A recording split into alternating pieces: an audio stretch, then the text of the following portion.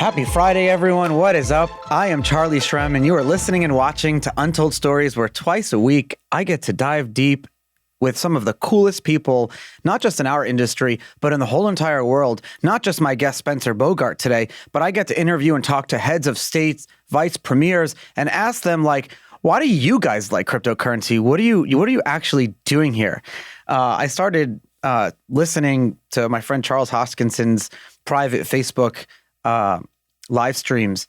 And so what I started, every time he starts up, it's like snowing in the background, and it'll be like, hey, you're watching Charles Hoskinson, always warm, always sunny Colorado. And it's never warm, never sunny, but it's Colorado. So I'm saying, you're listening to Untold Stories coming from sunny Sarasota, Florida, but it's actually freezing outside. It's like not really freezing, but it's cold for Florida. I'm wearing pants today. I have to bring out my real shoes. Yeah, I know. People were like, you're the flip-flop man. You're wearing shoes today. What's going on? Spencer, thank you for coming on the show. Thanks so much for having me. Compared to heads of state and everyone, I'm a lot less cool than that. But you're cooler. Happy to chat with you today. Well, you're doing coffee in crypto today. I'm doing cookies in crypto. Just eating my chocolate chip cookie. Love it. I have a workout later, so I'm allowed. All right. So you're the general partner at Blockchain Capital. Last time we got to hang out, it was pre-COVID in California. And Blockchain Capital, I've had some of your other partners on the show. You guys are known as the VC firm in the space, kind of like the pioneers of venture funding, of getting involved in not just companies and different projects, but also back in, a few years ago, launching your own security token, and really like one of the first ones to do it, a net asset value token, which was so years early, by the way, like years early. And you get to invest in and get involved in really cool things like AI and VR and the crossroads between crypto and all those different things. You got your start at Needham Company. And and this is kind of where my first question is. I remember when you were at Needham before did I pronounce that right? Yeah, that's right. Yeah. Okay. Because sometimes I don't want to sound stupid. When you got your start there, you were tweeting a lot. And you were tweeting a lot about Bitcoin and about the industry as a whole, very critically, but also unbiased. And I think you were one of the first people that I really followed that came from this upper finance world. I think your company was involved in like 700 IPOs or something like that, some crazy number, $200 billion in transactions. But here you are, like with all this financial data and all this corporate data and macro data and your understanding of how things all work together. Here you are tweeting about Bitcoin. And that's what really struck me the first time I followed you. Yeah, that's funny. Well, I appreciate that. That makes it seem more like Machiavellian and master planning here than I can really take credit for. It was just someone working on Wall Street and had, like many people, got bit by the Bitcoin bug. And, next thing you know, it starts to consume you. So the only way to scratch that itch was to start publishing professionally. So start writing research on the space. And you were putting out proper research reports. This was pre like Masari, pre The Block, pre CoinDesk didn't even have a research department. What was that like putting out these research reports? How did, when you're putting out those type, it's like writing a PhD thesis every month, right? What would be the process of formulating a concept or something? Were you trying to theorize or prove your own wanting Bitcoin to be everything that you thought it was? Yeah. So it's definitely an experience. So, to be clear, maybe a little bit of background for listeners here. So was doing sell-side equity research at Needham. So that means, you're covering 1 to 2 dozen different companies in a particular sector. In my case, I was covering SaaS, so software as a service companies and internet companies. So people like LinkedIn, Salesforce, et cetera, which isn't totally far afield from crypto and blockchain, but it's also not right down the middle either. Crypto always this weird blend of kind of cross industries. But when you're publishing research, it's going out to a broad swath of buy-side clients. So these are investment managers that are picking up these reports and, kind of picking them apart. They're not necessarily picking up any of these research reports and saying like, oh, great, they said to go ahead and buy LinkedIn stocks. So now I'm going to do that. It's more of, okay, well, what did they like? What didn't they like? And then having subsequent conversations, kind of talking through the thesis. So the fun thing about publishing Bitcoin research back in 2016 was that everyone was dismissive. And I think, something that everybody appreciates is getting critical feedback. And so being able to publish Bitcoin research to a wide swath of really smart investment managers, and then having them call me up and tell me, listen, I think you've lost the plot here. You might be a little bit crazy. Let's talk about Bitcoin. Let's talk about why you're wrong about it. Was a great way to kind of, really strengthen the thesis and really understand like what are some of the weak points, and then what are the points that really resonate. Back then there weren't a whole lot of points that resonate, but it is funny especially over the past 6 months, but really over the past few years, to watch people really change their views and get engaged with the space. What were some of those weak points that people would, like the first ones, they would, sometimes you'd wonder if they even read the report, because some of their weak points were these things that they heard or read, or, I heard Bitcoin got hacked the other day, things like that. That's exactly it. They were usually, honestly, they're all the items that, and I love this little piece of merchandise, is the FUD dice that Nick Carter has. I gotta Google that. I think I heard of his FUD dice. I need to get that for Christmas for people. They are so good. Like, it's just the best thing because they sell them. And it's such a subtle little flex, because someone brings up like, 51% attack, or anonymous founder, and you can just sit there and say, oh, hold on, here, roll the FUD dice. And so it's a really subtle way to tell people like, listen, your criticism has been so widely dispelled that we actually have them printed on dice now. So I love that little piece. I love that the Castle Island crew put that together. Yeah, I'm buying FUD dice and also a bunch of like Bitcoin stickers on the Lightning, on the Lightning Network website, where you can do some shopping, which is really cool. And some of those FUD like doesn't scale. And I'm just reading, like, these are real arguments that I still hear. And so, when you say something like doesn't scale, you automatically, when someone says that, you automatically have a prejudgment of them, because they're not saying it can't scale right now, or it doesn't have the ability to scale, or it's not built in, all these other, it's like, it doesn't scale. It's like saying phone networks can't scale. It's what's the word I'm looking for? It's like shows like a ignorance. I don't know. Ignorance or something like that. Yeah. Well, it's just short-sighted, right? It's like looking at, okay, what is the current state, and not understanding what is the trajectory here. That's part of the thing that gets me really excited about the space. Is like, this is all software. The ability of what we can do with software in terms of improving it over time is extraordinary. And so to look at something, to look at the internet in 99 and say there's no way you'll be able to stream video, and that you and I can have a, high def video recording over the internet, is really just short-sighted. And I think that would have been excusable in the early days of the internet because we didn't have a strong precedent, maybe. Now, when you're looking at crypto, to not take lessons from some of the examples we have with internet communications is really short-sighted.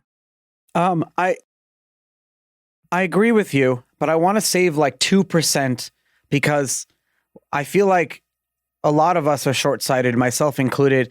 Even early on, I was short-sighted, and I feel like I'm still short-sighted because we don't really know what this is, and kind of why we do the show is we're trying to figure this all out, right?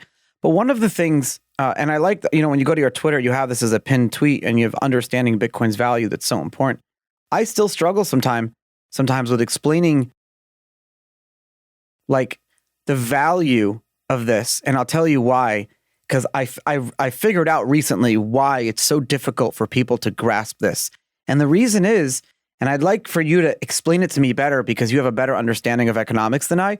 But essentially, the whole concept and definition of money, everything that we're thinking about of money, when you have like physical paper, which is what we physically manifest as money, everything about money, the physical paper is a misnomer. Like, it shouldn't be. The concept of having debt on a piece of paper that you can transfer from one person to another, that's not really what money is. Money, I guess what I'm trying to say is that our understanding as human beings, as Americans or global citizens or whatever you want to say, we were brought up in school, our understanding of money is so warped and wrong that it's so difficult to understand Bitcoin for some people, myself included early on, because our understanding of money is so wrong. So really, like, my question to you is, what was money supposed to be, or what is money essentially? Probably that's a deep question right there. I'm not sure I'm qualified to answer that level of question. I mean, I could take my own stabs at it, but that is something that I think reasonable people will debate and come up with different definitions of what money is.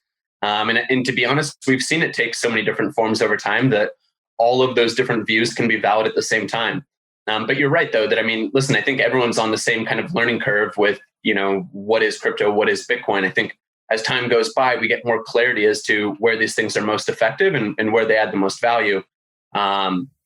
Certainly, I mean, you mentioned that you felt short-sighted early on. I absolutely did. I mean, you were involved much earlier than I was. I was on the initially dismissive camp of, listen, I think this is really cool. I want to buy a little bit just to try it, but I expect that it's going to fail, right? Like, definitely didn't appreciate the robustness of crypto as a whole and Bitcoin in particular. What is that robustness? That's something that I've not been able to really put my finger on as well.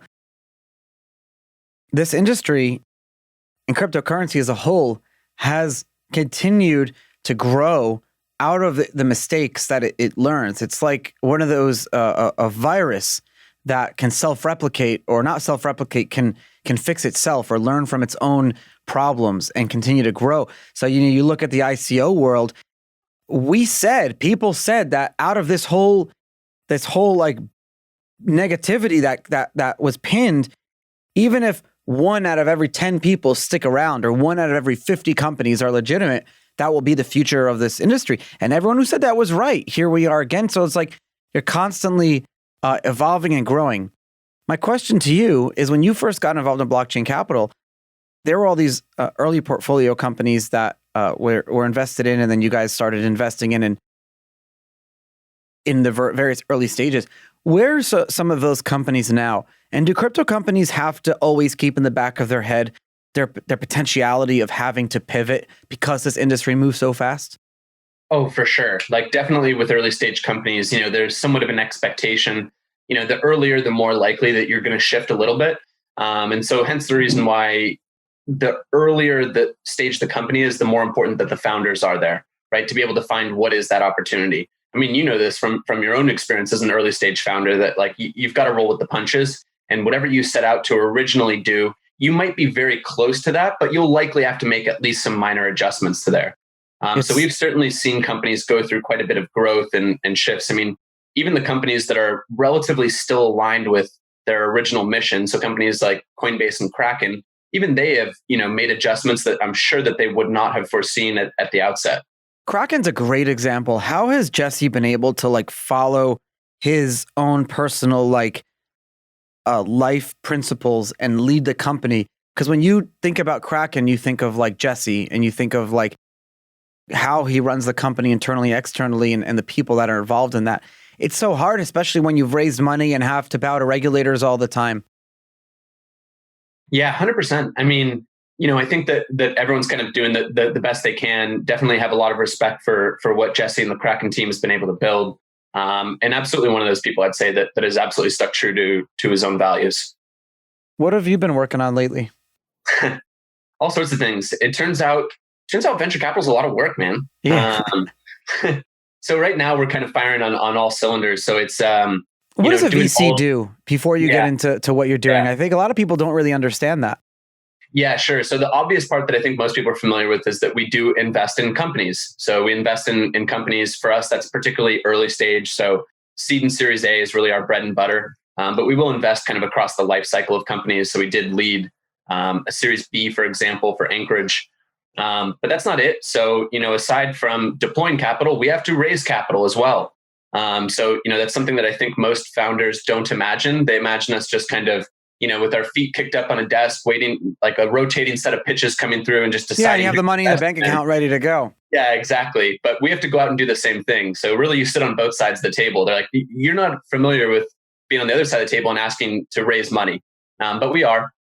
So that's been a fun shift over the past couple of years, is really seeing the massive shift in terms of the investor base of our funds, really graduating from what was originally basically just founders in the industry to then kind of a set of, quirky oddballs and high net worth individuals to, a point today where we work with large publicly traded companies, endowments, foundations, large family offices, the whole swath of institutional investors. It's crazy. I see right here, just came up on my feed, how American investors are gobbling up booming Bitcoin. The supply of Bitcoin and that supply squeeze is something that I wanted to talk to you about a little bit later in the episode. But it's funny you mentioned on the VC side of things, because I'm, for the first time in my life, my adult life, 10 years of being in Bitcoin, I'm going to invest in a VC fund. I feel like I missed out, right? So I know the fund. They've had a few funds already. They've been around the space a very long time. I know them very well. But I'm still very new to VC investing. And I'm like a child. I need my hand held. Yeah. So I got all the paperwork together and ready to go. And I said, okay, when do you need me to wire this money? And I'm assuming that the money's just going to sit in the account for 2 years while it's being. He said, no, that's not how it works, Charlie. Do you think that's how it works? I said, I don't know. He said, no, we have a single capital calling. When we're ready to invest in the company, we do the capital call. And also, you're going to be involved in the Telegram rooms and the chatting of the different companies that were and all the other fun people. I said, oh, I didn't realize VC it's so active, and it's cool and it's fun, but also a little bit scary.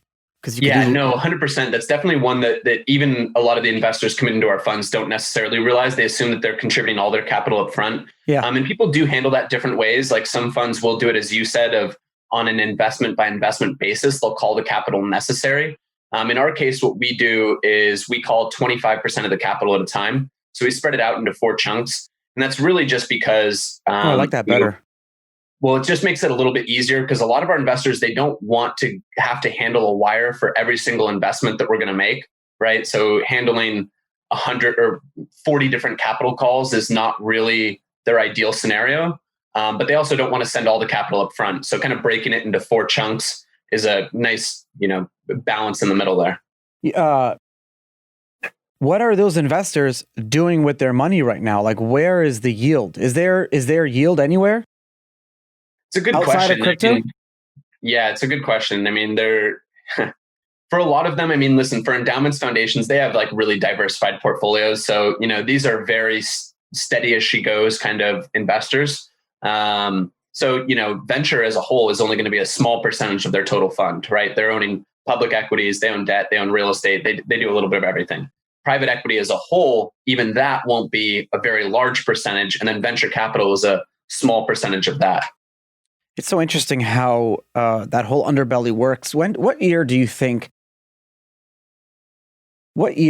or what time period do you think, and the answer could be really anything, do you think that the capital world of investing, where you have these large family offices, endowments that put money into funds like yours, and then you invest in the companies and some of the other funds as well, what year do you think they got comfortable, those larger funds that invest in your funds or those family offices or individual people? What year do you think they all got comfortable where it's you don't have to convince them of cryptocurrency anymore? Now it's they're coming to you because they want to invest in cryptocurrency.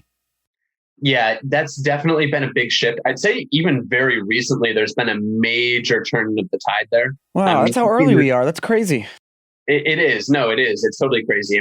Some of those investors definitely, were invested in our last fund. So we did a first close on that in Q4 of 2017. So, rewinding 3 years ago, we did have institutional investors participating. But it did take some convincing. It took them, getting comfortable. And in a lot of cases, they came in saying, listen, I want early stage picks and shovels exposure. I don't know if I actually want to own any crypto. Whereas today, even people who we've had conversations with over the past few years, and they used to say, listen, if you include any kind of crypto assets in your funds, it's a non-starter for us. We're not even going to consider it. And then now they're coming back and saying, not only is it okay, we actually really like it now. So that's been a massive shift, really specifically in the past, I'd say 6-7 months. Who are the holdouts? Are there holdouts? There's always holdouts. And I think that's natural. I wouldn't want to see everyone flip at once, right? I think this is a learning curve, and I think that the industry continues to prove itself over time. I wouldn't want to see just a tidal wave of capital into the space. It's nice that it kind of ratchets up over time. I'm really excited when I get to talk about projects and companies that have been around since the early days of crypto and supporting those projects. In many parts of the world, banking services simply haven't advanced at the same rate as the adoptions of smartphones and the internet. Africa, Southeast Asia, they're skipping entire financial services over. They're skipping people over, and they're not even building out that infrastructure until cryptocurrency. We all know this. We've been hearing about it for so long. Electronium, a company based in the UK, decided to build an entire ecosystem based off of financial inclusion, empowering people, getting them involved, not just by working and by earning, but also by spending and being part of that community. Anytask.com is a company that's powered by Electronium, over 500,000 users, and you have the ability to do all these freelance projects, earn money, earn their tokens, and not only just earn ETN, but also be able to spend it on all these different things.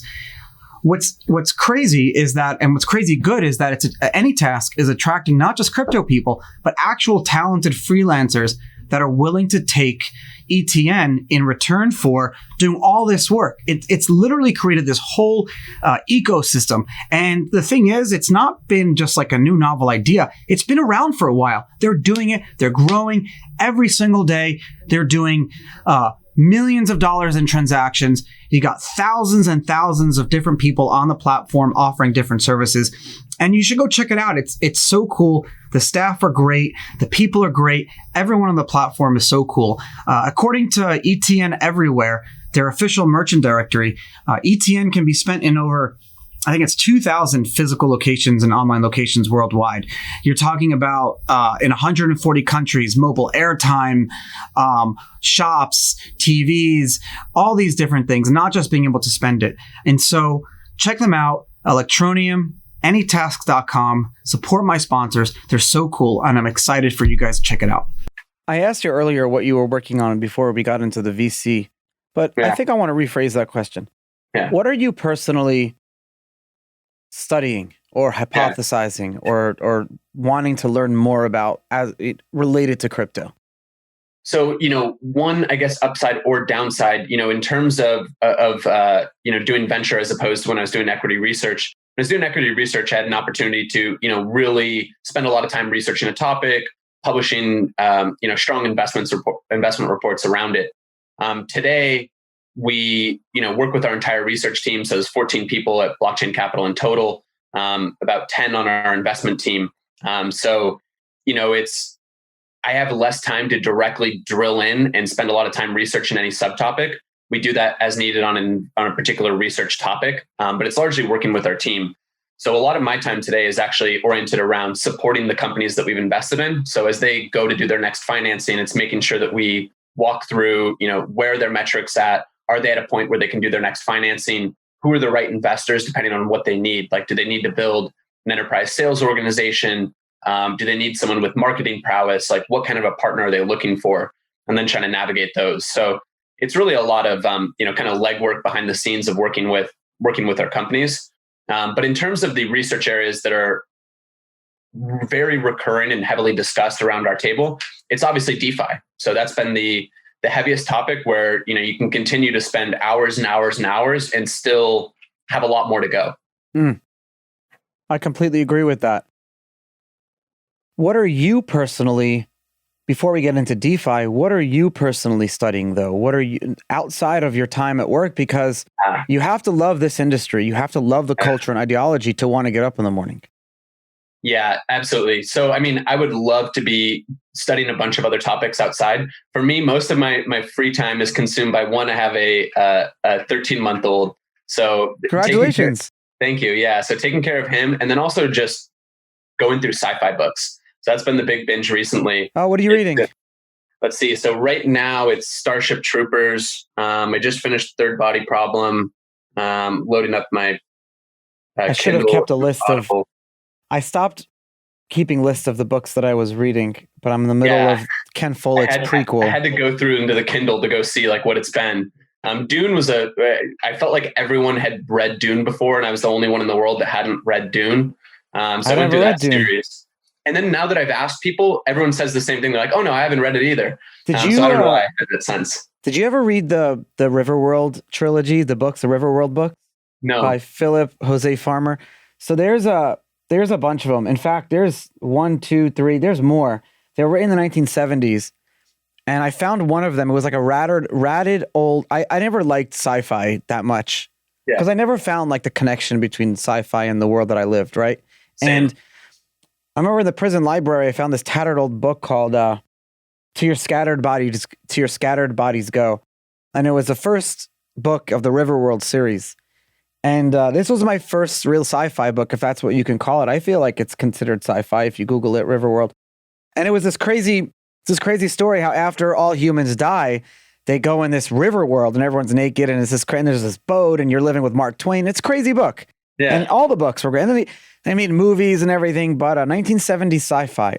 Awesome. So that's what I like, 1970, like early sci-fi stuff. Before That's what it is. It's amazing how much of the early sci-fi work is, at least has some semblance of accuracy. And I agree. I used to be entirely I refused to listen to or read sci-fi growing up, right? I was like, this is too removed from my real world. I want things that help me understand the world around me. And I think it's really been working in tech and working in venture capital and working in crypto that's made me understand that, listen, you need to really have an open mind as to what might be possible in the future. And actually, a lot of old sci-fi books are just fantastic for kind of imagining what future worlds might look like. It's not just that, but it creates like a frame of reference of what can't be too, as well, because you have all these things of what heaven may look like or hell may look like, but then you have to think them through. There's one thing that I took away from my Jewish upbringing is I remember learning that if in order to understand God and his ways, you would need to be God. And that was the cop out, I feel like, in order for when you didn't understand something that was in the Bible. Yeah, of course you wouldn't understand. Yeah. Because then you could be God. Yeah. That is a perfect one. But you did learn a lot. I did learn a lot growing up in school, how to frame references and things like that. Are you familiar with this new thing that's been going on, the stablecoin law that they're trying to put out last minute? Yeah. The Stable Act. Yeah. Now, as far as I understand, the Stable Act is being done under the premise of racial equality. What in God's name does cryptocurrency have to do with racial equality? We are the most our industry over the past 9.5 years of being around, we should be the shining city on the hill of what equality looks like in terms of, and I don't have the exact statistics, but you talk about an industry where it doesn't matter the color of your skin, who you are, where you're from, your race, religion, your sexual preferences, anything. It doesn't, not sexual. That's a terrible word to use. You can't say that anymore. Not that you can say that. My editors have to remove that. That's you can't. Sexual preference is not a politically correct word anymore. Orientation? No, because that implies that it's a preference, but really you're born with it. So it's not a preference. Yeah. So I have to go and figure out the exact. I'm not a politically correct guy, but that is a word that I think. But it doesn't matter. Anyways, but so what's the stablecoin law? What the hell's going on? Yeah, so it's funny. So I take a lot of guidance here so our general counsel is a gentleman by the name of Joshua Rivera, and he leads not just our internal legal review, but also our regulatory affairs practice. So it's making sure that we understand everything regulators are talking about. He is a very respectable and soft-spoken person most of the time. He looked at this and said, this is just completely asinine. This is just so misguided in terms of what it's trying to do. Certainly a noble objective, but just completely nonsensical. It just doesn't map over. I agree that, listen, one of the things I love about our industry is that it is very much a meritocracy. When people share great ideas, and by the way, you can just jump on crypto Twitter and start sharing research, start sharing great ideas. And then people tend to kind of surface those things and you can kind of build respect and you can be pseudonymous. You don't have to tie your real identity to it at all. And I've seen quite a few people that now I've met in real life that, online, no one really knows who they are. And they could be of any race, religion, gender, anything else. So it's great. I mean, that's something that we tried to actually mimic in when I scaled up our research team, was recognizing that listen, I can't look at somebody's resume and know who's going to be good at this job because it is so cross-disciplinary that what I really need to understand is, do you have a good grasp of the industry and can you reason towards what might happen in the future? So when we scaled up our research team, I actually totally anonymized the process by giving people a timed questionnaire. What I was trying to replicate was sitting across from them at a coffee and then just speedball asking them, 5 questions really quickly and just taking quick answers to see, without doing any research, just off the top of your head, what do you think that's about cool. this? And so what happened was it turned out, we had people from all sorts of different walks of life that provided the best answers. So I asked questions that didn't even have a right answer, like what's better, proof of stake or proof of work? What's the future of decentralized exchanges? Things like that, where I didn't have a particular answer in mind. What I wanted to see was that someone understood the question and could reason towards an answer. And it turned out that, we had people from all sorts of different professions that ended up excelling at that. What if someone didn't know the answer, or even not the answer, but someone didn't know how to even go about finding the answer? Did you look for rational thinking or ways, problem solving? Well, for one, I needed people that already had some grasp. Like if they didn't understand the question, then it probably wasn't going to be a good fit to begin with, because there were so many eager people. So basically when we started hiring for that, I think that we opened up our application process for 48 hours and there was 250 applicants. So I closed it pretty quickly. And then again, all that questionnaire was timed. So people only had 2 minutes to respond to each question. So they didn't have a chance to go and Google okay, what is proof of stake? Let me look it up really quickly and then formulate an answer. So it had to be something they already knew off the top of their head. That's actually a brilliant way to do things. I should have done that. Well, then it was great because then I could just look at the answers. I could just review them really quickly. I could have a sense right away from reading the answers of okay, this person understands the industry and they have a reasonable path. I have no idea what's going to happen on those. I have no idea if proof of stake will be a massive success. But what I want to see is that someone can reason for it. That's a whole nother podcast, proof of work. Yeah, we won't go there right now. Yeah. I'm not taking that bite. But I did want to talk about the supply of Bitcoin. This is something that, and it could be other coins too, potentially Ethereum or some others down the road, but no one's talking about this at all. I don't see it anywhere. I try to talk about it a lot. And I don't have a lot of data to back this up, but it's a feeling. I have an intuition that there are more Bitcoin circulating than there are in existence. What I mean by that is most people that are buying and selling Bitcoin nowadays, and especially in the past 6 months to a year, aren't buying the actual asset. They're not buying the actual Bitcoin. Most people aren't even, think about this, you have to buy a Bitcoin from an exchange and withdraw it into your own wallet for me to consider you owning your own Bitcoin. So on that front of people buying it from exchanges that actually handle the asset, but most people are not buying it from these places. They're going to Cash App, Robinhood, PayPal now, Venmo eventually, millions of these places around the world, all these centralized DeFi places, which I use a few of them myself. All these places are guaranteeing a certain amount of Bitcoin, but at the end of the day, I don't think that there is, right now, if every single person who thinks they own Bitcoin tries to withdraw said Bitcoin in their own wallet, there would be a liquidity squeeze. There wouldn't be enough Bitcoin yet. Now, you're getting 900 Bitcoin a day that's being mined right now, but that's not enough because that's being all bought up. It's 1,000 Bitcoin. Dude, I was doing more than 1,000 Bitcoin a day in OTC deals back in the day. It's not a lot of Bitcoin. What do you think? Am I wrong? Just tell me if I'm wrong. So for one, I can't say for certain. Me neither. That's why I'm talking to you. It's a very similar, theory of what happens in the gold market today. And I think it's very likely true in the gold market, where if everyone who felt like they had price exposure to gold tried to actually take ownership of the gold, they'd find out that it wasn't all there. In the case of price exposure, that's a good way to think about it. Yeah. And, there is some nuance there. I mean, obviously, if you're, have some derivatives exposure, you're not really expecting that you actually own the underlying. In the case of what exists today, if I had to wager, I would say that actually all of those companies that we just named, from Cash App to Revolut to PayPal do actually have all of that Bitcoin. Because I think do they have it, or do they know that they can get it? And they have enough money to get it. They actually have it because I think it's a massive risk, because I think those companies understand that Bitcoin can move up dramatically. And if they were ever caught, if, the classic saying of when the tide goes out, you can see who's not wearing a swimsuit. Mm-hmm. I think everyone's aware of that risk. And that would be an existential risk to their business, which exists far beyond just Bitcoin for those companies, right? So I think that they would not put themselves in a situation where they got caught not wearing a swimsuit and not actually holding Bitcoin. You're thinking of rational people and rational companies that are based in rational jurisdictions, but you and I know most people aren't.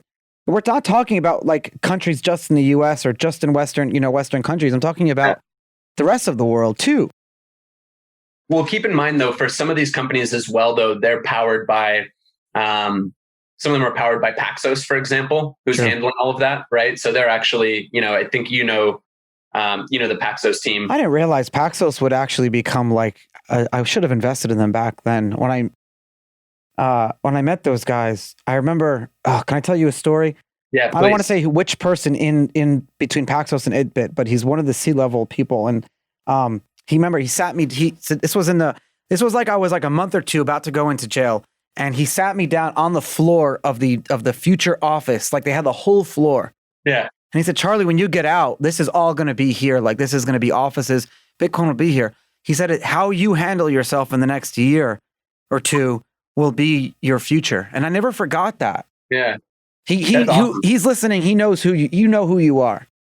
That's awesome. I love the Paxos team. I think they've just done a phenomenal job, really laying the groundwork for, now just having a really awesome product offering. I mean, now you have every kind of fintech payments company, neobank kind of stepping in, and, Paxos's white label brokerage offering is awesome. Their white label stablecoin offering is great. Like that's exactly what people are looking for. I mean, for someone that wants to turn on these services to their users, there's a lot of hurdles to try to get over in terms of figuring out where do we source liquidity? How do we deal with custody? How do we think about regulatory licensing? And the fact that Paxos has just kind of answered all those questions for them is phenomenal. I'd expect we'll see quite a few others roll out similar products in the near future. That like underbelly infrastructure we're realizing is the most important part of the space, because when we have people come for the first time and they want to buy a Bitcoin or they want to get themselves involved in crypto, they want to play with a smart contract, they want to do something cool, they want to code, if the UI is not there, if the infrastructure is not there, if it's not solid, flowing with trust and everything, then we're going to lose that first shot. Totally. You were mentioning DeFi earlier, and I kind of wanted to leave off with this. What is it about DeFi, distributed decentralized finance, that we're not seeing now, that in a year from now or 6 months from now, we wish we realized this bigger picture? Because right now, like I think I can see the big picture of how important DeFi is and how it's going to completely revolutionize all credit and capital markets. But is that it? What's going to happen between now and then? Yeah, fair enough. So it's a good question. Looking into the crystal ball, let me back up and say one thing of like what gets me excited about what I'm seeing in DeFi. And it's really the explosive pace of innovation. I mean, anytime as a venture capitalist, you see an explosive pace of innovation, like run towards that, because something interesting is going to come out of it. And I think to understand the pace of innovation that we're seeing in DeFi, we really have to zoom out and think about what is the historical model for innovation in financial products and services in traditional financial services, right? And I think that's really been a semi-walled garden, right? I mean, in order to launch a new financial service or a new financial product to a large audience, you're going to need to secure probably north of $10 million of funding. You're going to need to secure a couple dozen licenses. And even the few teams that are able to get over that hurdle, then they still have to build on this legacy outdated infrastructure, right? So I think those two factors coupled together have drastically lowered the pace of innovation relative to what we would otherwise see. And that's what gets me excited about DeFi, because it like flips this entire model on its head from very few people can build on this crappy infrastructure to now anyone can build on these open blockchain networks. And so, I mean, at Blockchain Capital, we see everyone from successful repeat entrepreneurs that are building something in DeFi to, PhDs in a research lab at Stanford to a teenager on the other side of the world in their parents' basement that's building a new financial product or application, standing it up on global infrastructure, and then launching that to a global audience over as little as a long weekend. And of course, like when you have that kind of dynamic, to me, that resembles the early days of the internet, when all of a sudden everyone can be a publisher, everyone can make a website. And in that kind of world where everyone can do this, you have to imagine that 99% of what people create is not going to be tremendously useful, right? Like 99.9% of websites are not useful. I don't want to say they're garbage, but like they're not useful. Similarly, in DeFi, where everyone can kind of create a new financial product or application, most of them are not going to be very good, but a few of them are going to be huge, right? And so I think we're in the early days of kind of figuring out what's going to be huge. How do we find the huge ones? How do we know which ones are worth it? Tune in next time to Untold Stories. I'm joking. It's a good question. Honestly, like, yeah, we could spend like 2 hours discussing Throw that. shit at the wall to see what sticks. I mean, that's what I kind of do. I mean, for us, like, listen, from an investment framework, we really think about three things. And it's really one of the associates in our team that helped kind of put this framework together, Alex Larson. We're looking for three things. One, who are the category leaders? So for example, Uniswap is a category leader in decentralized exchange. Two, how do we get horizontal exposure to this trend, right? Like what is exposed to the entire rising tide of DeFi? So something like, for example, Nexus Mutual, which offers an insurance offering. Like, listen, if people are going to deposit $16 billion worth of assets into these DeFi applications, you're going to want to insure against smart contract risk, right? Like all of this is software. So, providing an insurance solution is a good example of horizontal exposure. Yeah, like BitGo pivoted into that too. Yes, exactly. Yeah. So and then the third kind of major area would be white space. So like when we think about traditional capital markets, what exists in traditional capital markets that has not yet been created in DeFi? So those are kind of the three major buckets that at least we look for. It's so cool how we can literally just recreate smart contractually. We can recreate everything in the current like credit and capital markets. And I'm such a nerd. I was reading I don't know why. I just opened up the Bitcoin white paper this morning and started reading it again. I do that. I know, dude, that's so weird. Carrying around one of them in your back pocket, like the little. No, like, I should. Yeah. Well, you know what it is? Every like 6 months, I try to read it and see if I understand it better. And there are a lot of aspects of it that I didn't understand. Like, for example, dude, I'm such a nerd. Part 11 of the white paper talks about, I know by heart. Part 11 of the white paper talks about P and Q, which is essentially what it would take for an attacker node to catch up to the honest node network. And Satoshi actually lays it out using an algorithm. He lays it out using a mathematical equation, and he writes it out. And he says, like if a QZ, which represents an attacker nodes, and I don't want to get into it, but and so I literally on my whiteboard this morning, I'm drawing it out, and I finally can say like understand that. It took me 9.5 years to understand that one section of the Bitcoin white paper. So for those who don't think they fully understand this industry or they don't get what Bitcoin is, neither do I. Yeah. We're all figuring it out as we go. Like we know some things about it, but there's always figuring out what. But that's why we're still here. Yeah. Spencer, thank 100%. You so much for coming on the show today. Thanks so much for having me, Charlie. For those listeners who want to read some of your readings, some of your older readings, read some of your newer stuff, what's your Twitter? How can they find? Do you have a blog post? Yeah, sure. So my Twitter handle is Creme de la Crypto. And then you can find more on both on our website at blockchaincapital.com. We have a perspective section that includes our blog, and then also publishing some stuff on Medium as well. So you can find, I think my handle on there is bitcom21. Perfect. So yeah, there's actually just published 2 days ago some really interesting survey data showing how the general population is kind of adopting Bitcoin over time. So I want to read that. For 3 years. So go ahead and check that out, Charlie. You'll enjoy that. I'll actually post a link to that in the show notes. Thank you for coming on the show. And thank you everyone for listening and watching Untold Stories.